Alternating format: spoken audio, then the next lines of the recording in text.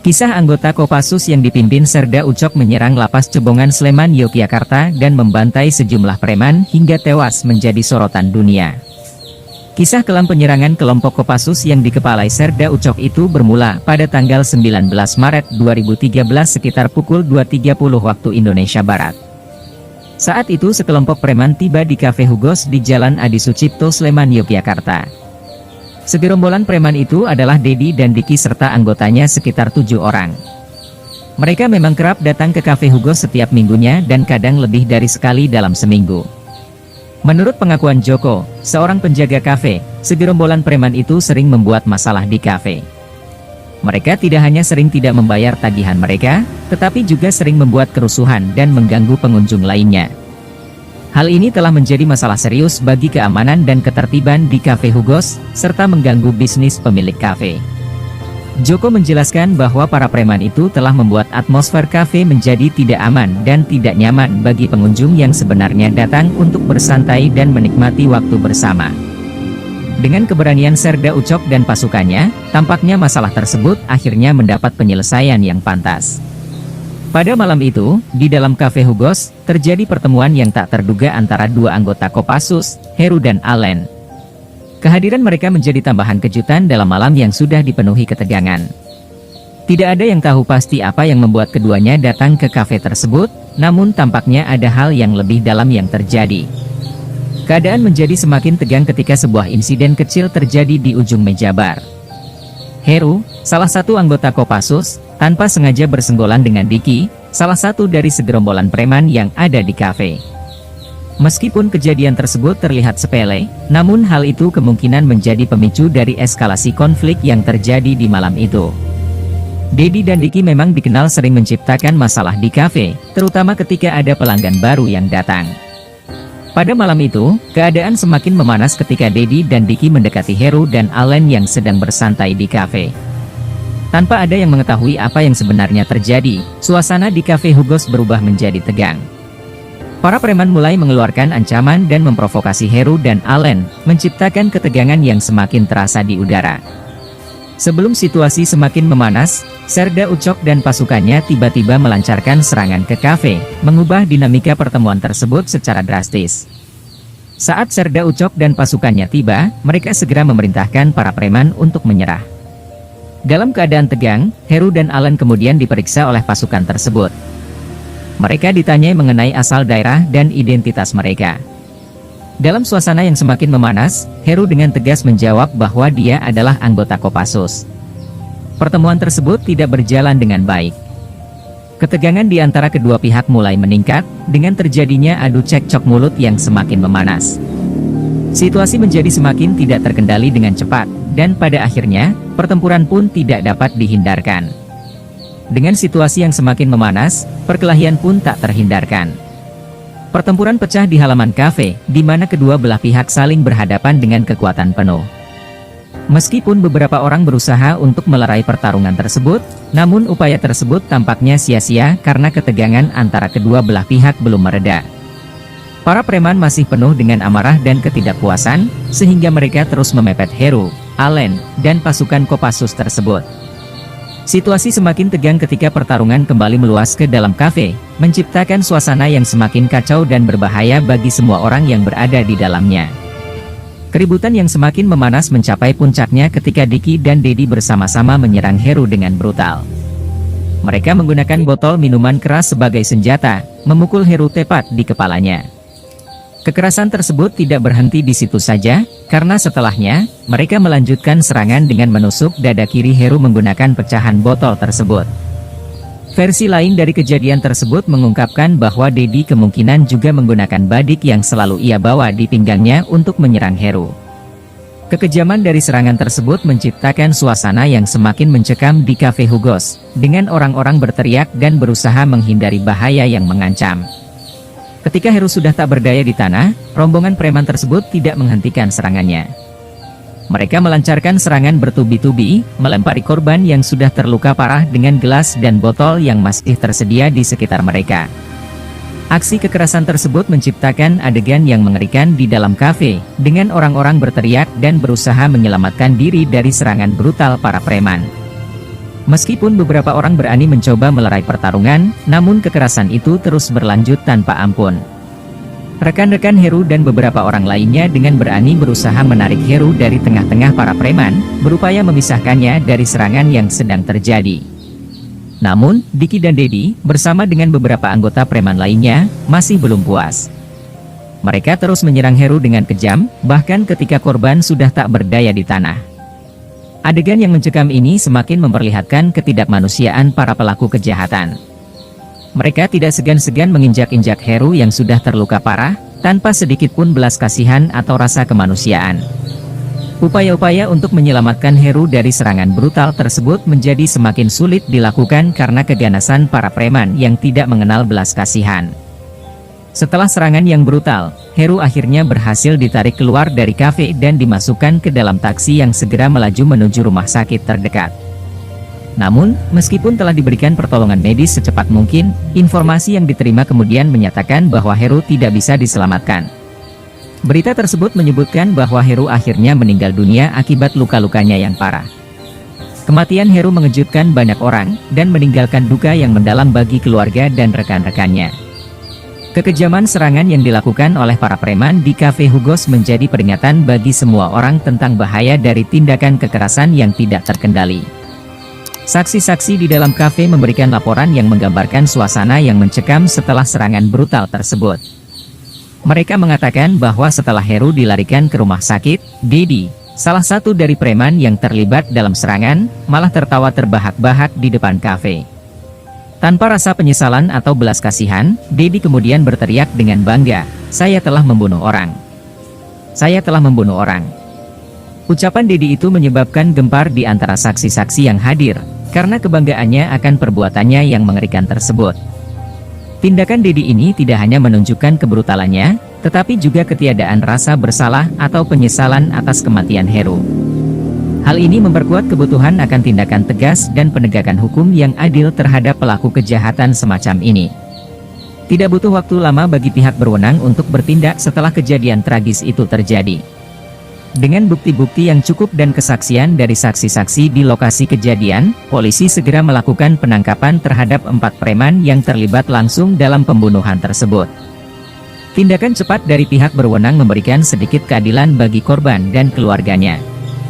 Namun, menurut Joko, seorang security cafe, jumlah pelaku yang sebenarnya jauh lebih banyak dari yang ditangkap oleh polisi.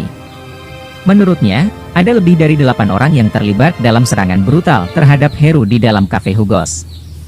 Hal ini menambah kompleksitas dari kasus ini, dan menekankan pentingnya untuk membawa semua pelaku keadilan agar keadilan bisa tercapai bagi korban dan keluarganya. Ternyata, otak di balik pembunuhan tersebut adalah Diki dan Dedi, yang merupakan anggota terkemuka dari segerombolan preman tersebut.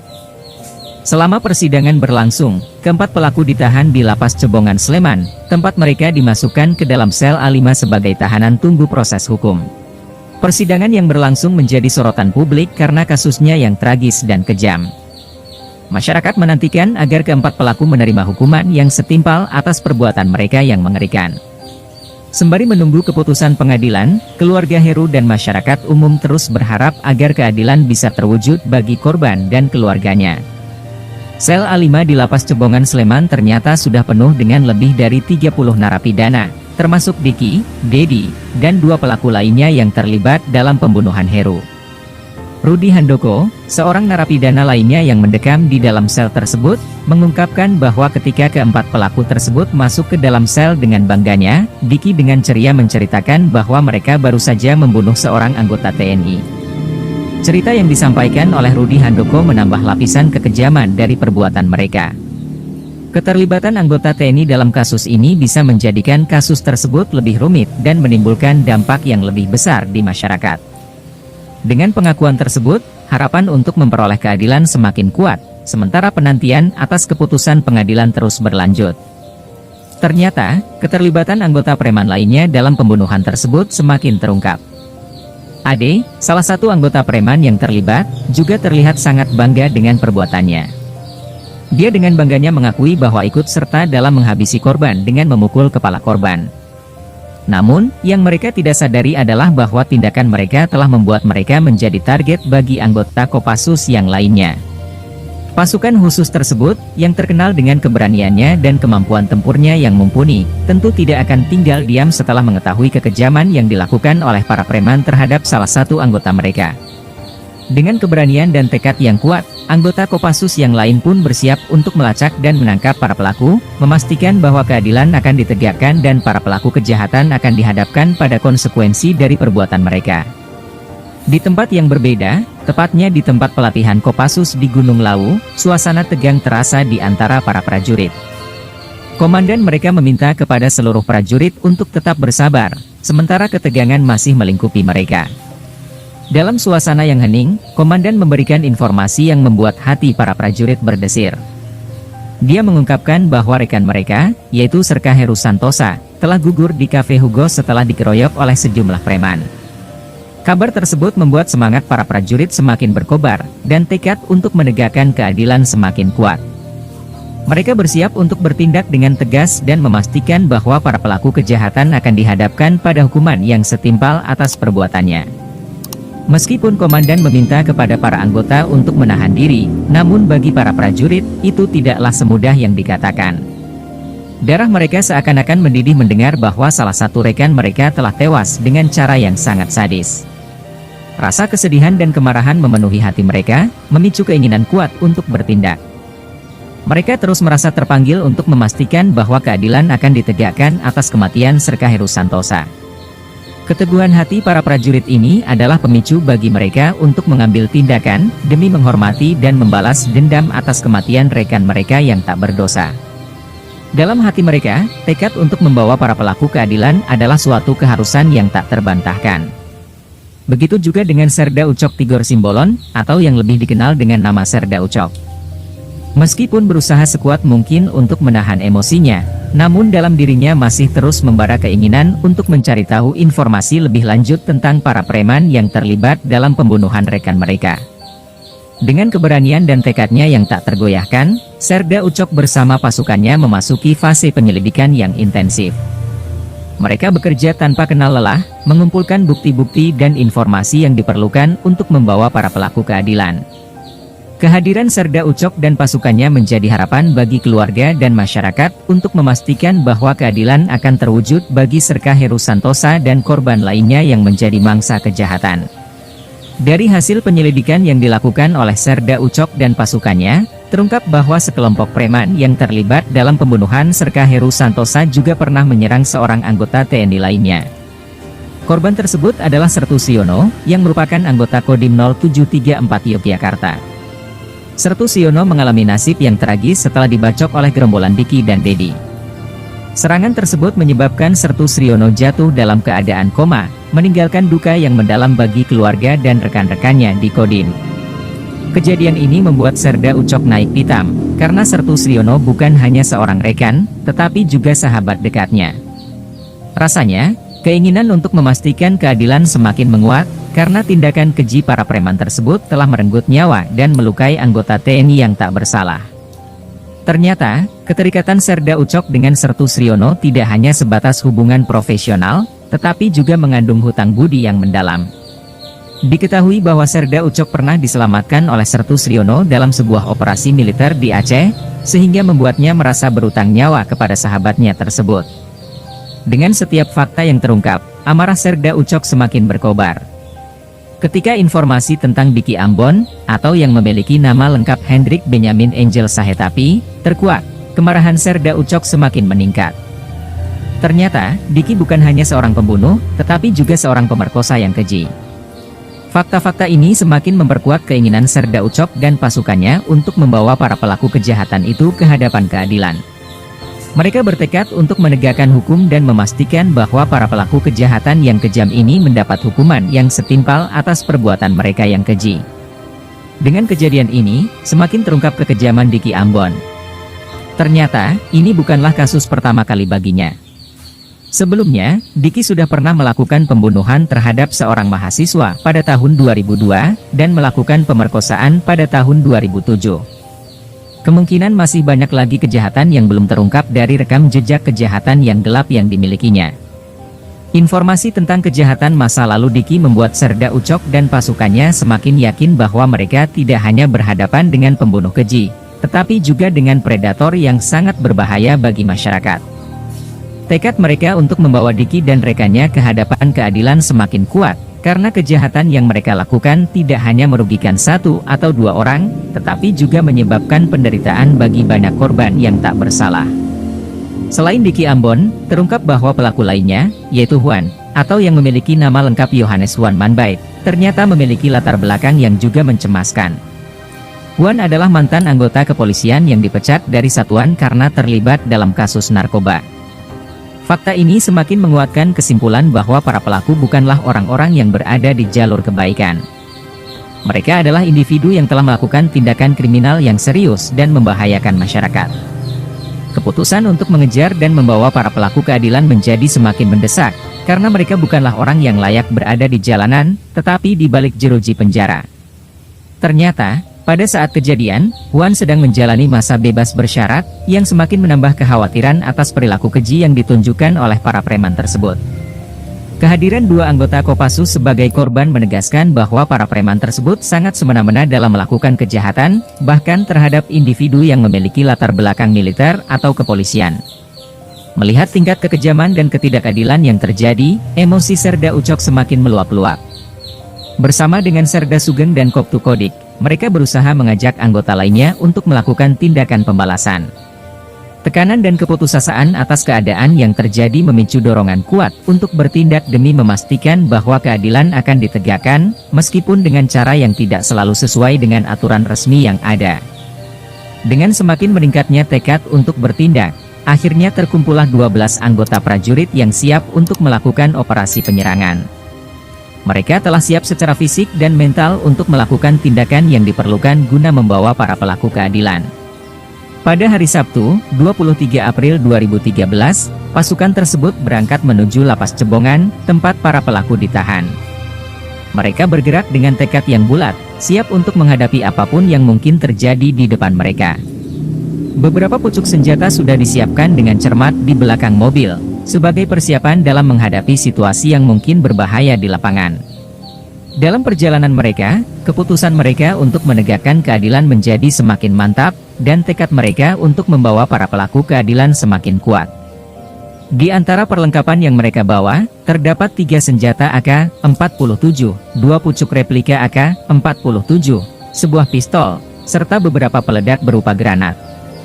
Persiapan ini menunjukkan bahwa mereka siap menghadapi situasi yang mungkin berpotensi menjadi konfrontasi atau pertempuran. Meskipun langkah ini penuh risiko dan bisa menimbulkan konsekuensi yang serius, Serda Ucok dan pasukannya bersikeras bahwa tindakan ini adalah langkah yang perlu mereka ambil untuk memastikan bahwa keadilan ditegakkan. Dengan perlengkapan senjata dan peledak yang mereka bawa, mereka berusaha mempersiapkan diri semaksimal mungkin untuk menghadapi situasi yang mungkin dihadapi selama operasi penyerangan nanti. Dengan sikap tegas dan perintah yang keras, para prajurit meminta petugas sipir untuk memberikan informasi tentang lokasi penahanan kelompok preman yang dipimpin oleh Diki. Meskipun petugas sipir awalnya curiga dan enggan membuka pintu, namun dengan ancaman yang tegas, bahkan mengancam akan meledakkan tempat tersebut, petugas pun akhirnya terpaksa membuka pintu lapas. Keputusan untuk menggunakan taktik intimidasi menunjukkan seberapa seriusnya para prajurit dalam misi mereka untuk menangkap para pelaku kejahatan. Meskipun langkah ini penuh risiko, namun para prajurit yakin bahwa tindakan ini diperlukan untuk memastikan bahwa operasi mereka berjalan lancar dan para pelaku dapat ditangkap tanpa perlawanan yang berlebihan. Dengan petunjuk dari petugas sipir, mereka bersiap untuk masuk ke dalam lapas dan menghadapi konfrontasi yang mungkin terjadi. Dengan gerak cepat dan terkoordinasi, pasukan segera menguasai bangunan lapas. Dengan ketelitian yang terlatih, mereka melakukan pencarian di setiap sudut bangunan. Tidak butuh waktu lama bagi mereka untuk mendapatkan informasi tentang lokasi penahanan kelompok preman yang dipimpin oleh Diki. Dengan keberanian dan keahlian mereka, pasukan berhasil menemukan lokasi yang tepat tanpa kesulitan berarti. Kedekatan mereka dengan informasi yang tepat memberikan keuntungan strategis dalam misi mereka untuk menangkap para pelaku kejahatan. Dengan keyakinan dan tekad yang kuat, mereka bersiap untuk melakukan tindakan berikutnya untuk membawa para pelaku keadilan. Dengan keberhasilan mereka mendapatkan informasi tentang lokasi penahanan kelompok preman Diki, pasukan segera mengambil tindakan lebih lanjut. Mereka berhasil mengambil paksa kunci ruang tahanan yang berasal dari kepala keamanan lapas Cebongan, mempermudah akses mereka ke dalam sel. 3 orang prajurit yang dipimpin oleh Serda Ucok langsung bergerak menuju pintu blok A5, di mana terdapat 35 orang narapidana, napi, di dalamnya. Dengan ketegasan dan keahlian mereka, pasukan bersiap untuk menangani situasi yang mungkin berpotensi berbahaya. Dengan langkah berani ini, mereka siap untuk menghadapi segala kemungkinan yang mungkin terjadi selama operasi tersebut berlangsung. Setibanya di ruang tahanan, Serda Sugeng dan Koptu Kodik segera berjaga di pintu masuk, siap menghadapi segala kemungkinan dari luar. Sementara itu, Serda Ucok dengan mantap memasuki ruangan, menggenggam senjata AK-47 dengan tegang di tangannya. Dengan suara yang tegas dan berwibawa, Serda Ucok memerintahkan, yang bukan kelompok Diki minggir. Perintahnya terdengar jelas di seluruh ruangan, memancarkan otoritas dan ketegasan yang tidak bisa ditawar. Dengan langkah tegas ini, mereka berusaha untuk mengidentifikasi dan memisahkan para narapidana yang terlibat dengan kelompok preman Diki, sambil tetap memastikan keamanan dan ketertiban di dalam ruangan. Dengan tegas dan cepat, 31 narapidana lainnya secara otomatis memisahkan diri, meninggalkan hanya 3 orang di bagian kanan ruangan. Mereka terlihat ketakutan, tangan mereka naik ke atas sebagai tanda penyerahan. Dengan situasi yang tiba-tiba tegang, senjata AK-47 yang dibawa oleh Serda Ucok tiba-tiba menyala, menumbangkan ketiga orang tersebut dengan cepat. Setelahnya, senjata AK-47 itu pun macet, memunculkan ketegangan tambahan di ruangan tersebut. Hal ini menunjukkan kekuatan dan keberanian dari pasukan Kopassus, tetapi juga menegaskan risiko dan ketegangan yang melekat dalam situasi yang mereka hadapi.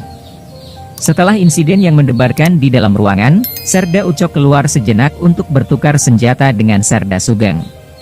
Dengan senjata baru di tangannya, ia kembali masuk ke dalam ruangan dengan penuh kewaspadaan, mencari orang terakhir yang masih tersisa di dalam. "Dia mana pelaku satunya lagi?" tanya Serda Ucok dengan suara tegas dan berwibawa, mencari tahu keberadaan tersangka terakhir yang belum berhasil mereka amankan. Dengan ketegasan dan ketajaman pengamatan, ia bersiap untuk menghadapi situasi apapun yang mungkin terjadi selama upaya penangkapan terakhir ini. Dalam suasana yang tegang, puluhan narapidana lainnya langsung menyingkir, meninggalkan seorang bernama Ade yang terlihat gemetar di dekat pintu kamar mandi. Dengan hati-hati, Serda Ucok mendekati Ade yang tampak ketakutan itu, siap menghadapi reaksi apapun yang mungkin terjadi. Dengan tangan terangkat dan senjata yang siap dipegang, Serda Ucok mencoba untuk menenangkan situasi. "Jangan bergerak, Ade. Kami tidak akan menyakitimu asalkan kau patuh." Suaranya tenang, tetapi tetap berwibawa, mencoba meredakan ketegangan yang terasa di udara. Tanpa ada sepatah kata pun, tiba-tiba senjata kembali menyala dan seketika menewaskan Ade. Suasana ruangan pun langsung terasa tegang. Dengan kejadian yang mengejutkan tersebut, anggota Kopassus segera bergerak, menuju ke ruang CCTV dan mengambil semua rekaman yang ada.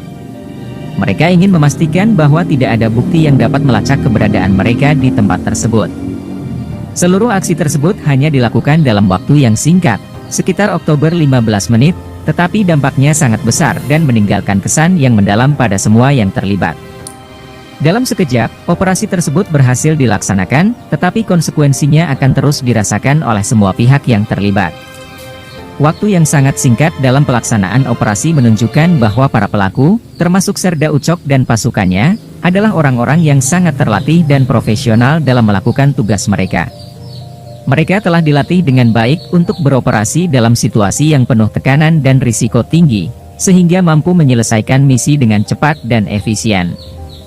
Kecepatan dan ketepatan dalam mengambil tindakan menunjukkan tingkat keterampilan dan kedisiplinan yang tinggi dari pasukan Kopassus. Meskipun dalam waktu yang singkat, mereka berhasil menyelesaikan operasi dengan sukses, tanpa meninggalkan ruang untuk kesalahan atau kebocoran informasi. Hal ini menegaskan bahwa pasukan tersebut adalah kekuatan yang harus diperhitungkan dalam menegakkan keamanan dan keadilan di wilayah tersebut. Singkat cerita, kasus penyerangan di Lapas Cebongan segera menjadi headline di berbagai media massa. Kejadian ini menimbulkan kehebohan di masyarakat dan menimbulkan banyak pertanyaan tentang siapa pelaku sebenarnya dan apa motif di balik aksi tersebut. Selama 1 minggu setelah penyerangan, pihak kepolisian terus mendalami siapa sebenarnya pelaku penyerangan tersebut. Dalam penyelidikan mereka, polisi mengumpulkan bukti-bukti dan mencari saksi-saksi yang mungkin memiliki informasi tentang kejadian tersebut. Namun, kompleksitas kasus ini membuat proses penyelidikan menjadi rumit, dan pihak berwenang harus bekerja keras untuk mengungkap kebenaran di balik penyerangan tersebut. Masyarakat pun menanti-nantikan perkembangan dari penyelidikan ini untuk mengetahui siapa pelaku sebenarnya dan apa motif di balik aksi kekerasan yang terjadi di lapas Cebongan tersebut. Tiba di minggu kedua setelah penyerangan, kejutan besar terjadi ketika pihak TNI mengumumkan hasil investigasi mereka. Dengan keberanian, mereka menyatakan bahwa pelaku penyerangan adalah anggota Kopassus, yang seharusnya merupakan bagian dari kekuatan militer yang bertugas untuk menjaga keamanan dan ketertiban di negara. Pengumuman ini menciptakan kehebohan besar di masyarakat, memunculkan banyak pertanyaan dan spekulasi tentang alasan di balik aksi kekerasan tersebut. Banyak yang tidak percaya bahwa anggota Kopassus bisa terlibat dalam aksi kekerasan semacam itu, sementara yang lain mulai mempertanyakan integritas dan keamanan institusi militer. Keterlibatan anggota Kopassus dalam penyerangan ini menambah kompleksitas dan kontroversi pada kasus tersebut, serta menimbulkan perdebatan yang luas di kalangan masyarakat dan pemerintah. Semua pihak menanti dengan tegang untuk melihat bagaimana perkembangan kasus ini akan berlanjut, dan apakah keadilan akan ditegakkan dalam proses penyelidikan dan penegakan hukum selanjutnya. Singkat cerita, hasil dari penyelidikan dan proses hukum menentukan nasib Serda Ucok, Serda Sugeng, dan Koptu Kodik. Serda Ucok dijatuhi hukuman penjara selama 11 tahun, sedangkan Serda Sugeng divonis 8 tahun penjara. Koptu Kodik dijatuhi hukuman 6 tahun penjara. Vonis ini mengakhiri babak baru dalam kasus penyerangan yang mengguncang lapas Cebongan. Keputusan pengadilan ini menjadi cerminan dari keseriusan pemerintah dalam menegakkan hukum dan menindak pelaku kekerasan, bahkan jika mereka adalah bagian dari kekuatan militer yang dihormati. Meskipun kasus ini telah mendapatkan keputusan hukumnya, dampaknya akan terus dirasakan oleh semua pihak yang terlibat. Kejadian ini juga menjadi pelajaran penting tentang pentingnya disiplin dan integritas dalam tubuh militer, serta konsekuensi dari pelanggaran hukum yang dilakukan oleh siapapun, termasuk anggota militer yang disegani. Meskipun vonis yang diberikan menimbulkan banyak perdebatan di kalangan masyarakat, yang menarik adalah respon dari masyarakat yang terungkap melalui berbagai platform media sosial. Terlepas dari pelanggaran hukum yang dilakukan, tampaknya sebagian besar masyarakat mendukung apa yang dilakukan oleh gerombolan anggota Kopassus itu. Mereka mungkin melihat tindakan tersebut sebagai bentuk pembelaan terhadap kehormatan atau keselamatan sesama anggota TNI yang menjadi korban aksi kekerasan dari kelompok preman. Reaksi pro terhadap anggota Kopassus ini menyoroti kompleksitas sikap masyarakat terhadap institusi militer, di mana rasa solidaritas dan persaudaraan di antara anggota bisa menjadi faktor penting dalam penilaian masyarakat terhadap tindakan mereka.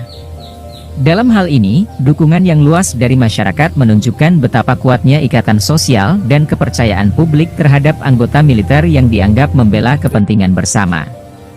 Masyarakat menganggap tindakan tersebut sebagai aksi heroik dalam memberantas para preman yang sudah lama meresahkan mereka. Mereka melihat gerombolan anggota Kopassus sebagai pahlawan yang berani melangkah untuk melindungi keamanan dan ketertiban di masyarakat, bahkan jika itu berarti melanggar aturan hukum. Persepsi ini mencerminkan ketidakpercayaan terhadap kemampuan aparat penegak hukum dalam memberantas kejahatan dan ketidakpuasan terhadap sistem hukum yang dianggap lamban dan tidak efektif. Bagi sebagian masyarakat, tindakan drastis yang diambil oleh anggota Kopassus dianggap sebagai jawaban atas kegagalan sistem dalam melindungi mereka dari ancaman kejahatan dan ketidakamanan. Namun, pendukung tindakan tersebut juga mendapat kritik dari sebagian masyarakat yang menilai bahwa penegakan hukum yang dilakukan oleh institusi militer tidaklah seharusnya dilakukan di luar kerangka hukum yang berlaku. Dalam hal ini, kontroversi seputar tindakan anggota Kopassus ini mencerminkan perpecahan dalam pandangan masyarakat tentang kewenangan dan tanggung jawab institusi militer dalam menangani kejahatan dan ketidakamanan. Komentar yang muncul di berbagai media sosial cenderung memberi simpati kepada Serda Ucok, menunjukkan bahwa masyarakat memang sudah sangat muak dengan aksi premanisme dan menginginkan tindakan yang tegas untuk memberantas kejahatan. Mereka melihat tindakan Serda Ucok dan pasukannya sebagai bentuk keberanian dalam menghadapi ancaman yang mengganggu keamanan dan ketertiban di masyarakat. Bagi sebagian besar masyarakat, tindakan tersebut dianggap sebagai tindakan heroik dalam melindungi kepentingan bersama. Itulah kisah penyerangan Lapas Cebongan yang dilakukan oleh prajurit Kopassus pada tahun 2013 silam, yang sempat menghebohkan pemberitaan nasional bahkan internasional. Kejadian ini menjadi cermin dari kompleksitas dan ketegangan dalam upaya menegakkan hukum dan keadilan di tengah masyarakat yang sudah muak dengan aksi kejahatan. Dalam konteks tersebut, tindakan yang diambil oleh Serda Ucok dan pasukannya menimbulkan pertanyaan-pertanyaan mendalam tentang batas kekuasaan dan tanggung jawab, serta peran institusi militer dalam menjaga keamanan dan ketertiban di masyarakat.